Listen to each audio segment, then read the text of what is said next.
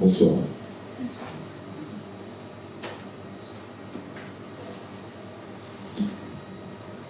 Alors, c'est très... Ok. Il y a des nuits où le fou contemple la fresque, le mental s'échappe, l'esprit divague comme une note de jazz. Prouesse du sauvage, promesse de l'aube. La vie impose parfois des mots X. J'aimerais m'imposer 10 mots, mais je n'y arrive pas. J'aimerais lui demander 10 mois pourquoi, mais je ne peux pas. Alors je vais vous parler d'une chute, sans jury, sans notes et sans ardoise. C'est le 15 septembre 2021, province de Québec, Montréal. 4h du matin, 4h30, peu importe. Ça fait plus d'une semaine maintenant. Je me sens seul, triste, hors jeu, cassé, lessivé. J'essaie d'écrire. La nuit porte ce bleu étrange qui annonce le jour, tandis que la silhouette des nuages se dessine.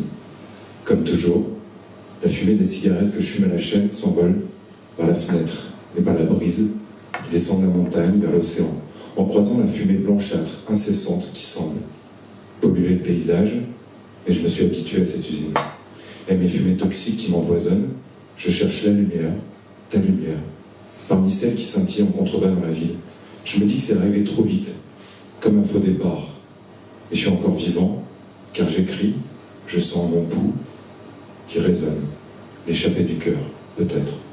J'ai une douleur dans le dos, comme un clou qui perfore mon corps à travers ma chair. J'ai le mal des mots, j'écris mes mots sans mal, un mal que je partage, et j'ai la cheville en vrac, à force de courir après dans mes rêves, à force d'attendre des réponses, des signes, à force de sauter pieds joints sans réfléchir, de traîner dans la boue. Je sais pas comment fait mon corps pour débrouiller autant, pour supporter tout ça, tout ce que je lui inflige sans retenue. Pour le moment, c'est pas visible à part quelques traces sur ma peau, des traits sous les yeux, des noirceurs dans mon regard, et je me dis qu'un jour, ça va exploser, qu'il faudra ramasser les morceaux. J'ai le cœur cassé, brisé, déchiré, je ris, appelez ça comme vous voulez. Le résultat est le même.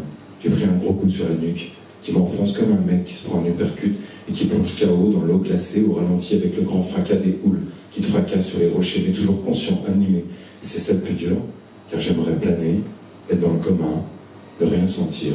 J'aimerais me réveiller dans un lit avec des draps propres et frais, aller aux oranges, dans une chambre fleurie, la fenêtre ouverte, des montagnes et des prairies, les rideaux blancs en soie qui dansent sous la brise, sentir la douceur d'une serviette tiède, humide, de l'infirmière qui me dit que tout va bien, me demande ce que je voudrais, me propose de m'emmener où il me plaît.